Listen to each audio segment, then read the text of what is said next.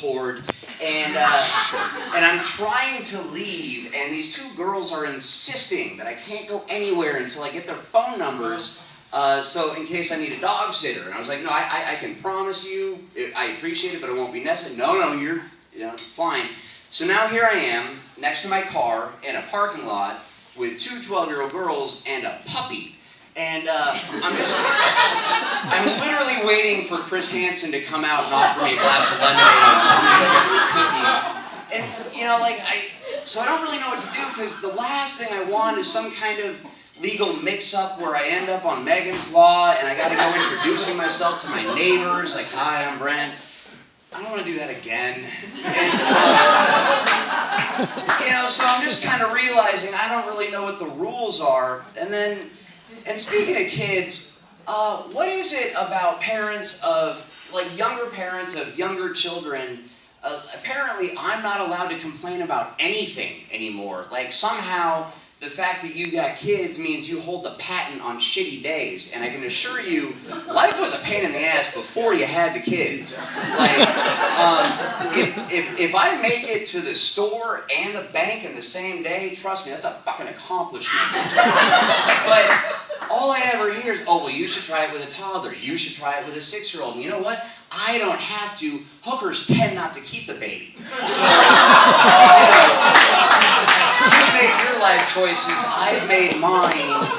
Let me live my life. And then the weirder part is immediately following telling me how much of a pain in the ass life is with kids, suddenly they're telling me how great of a father they think I would be. And I don't know what I did to piss them off, but it sure seems like they're trying to get back at me for something. And the thing is, they're basing this solely off of how I interact with my dogs. And I'm not trying to be self-deprecating here, but in order to tell me I make a great father, you have to overlook an entire world of shit before you can tell me that, I should be responsible for the upbringing of a new person. Here's a very, very real example, and none of this is an exaggeration at all. This is all true. Last weekend, my two roommates were out of town for about 3 days because, again, the success that I am, I'm 34 and have two roommates that I found on Craigslist. And so, knowing I was going to be by myself for 3 days, didn't really feel like cooking, so I just went ahead and bought one of those pre-made rotisserie chickens and just kind of snacked on it now and again. And let me be very, very, very clear about this. I'm not saying I went into the fridge, cut off a wing, put a nice little side dish on a plate and heated it up. No. First of all, in that entire 3 days, never wore pants the whole 3 days. Don't need them.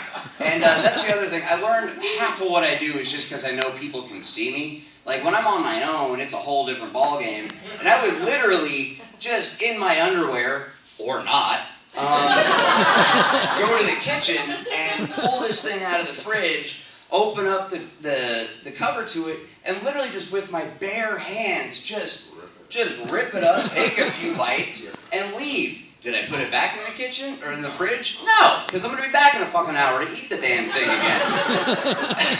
So, as I've hinted, there have been some ups and some downs, and I was trying to figure out, as one does, where did all this start?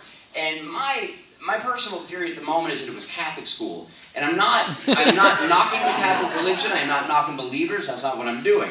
But as a 13-year-old, Brent discovered his body, and so I spent a lot of time doing that, and then one day in religion class, somebody happened to ask, oh, by the way, is masturbation grounds for going to hell?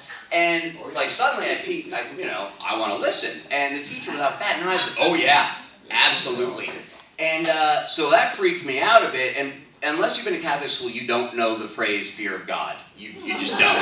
And so I tried giving it up for Lent, which is the 40 days before Easter, because we like to remember that Jesus was crucified for us, so let's give up chocolate.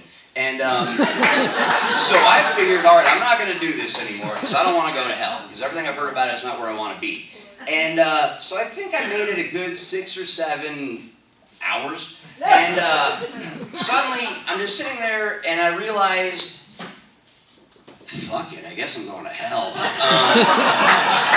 And once you make that decision consciously, even as a 13-year-old, there's just no sense in trying anymore.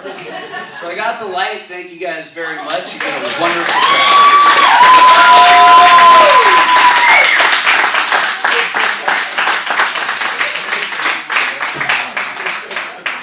Mr. Brand, good job, sir.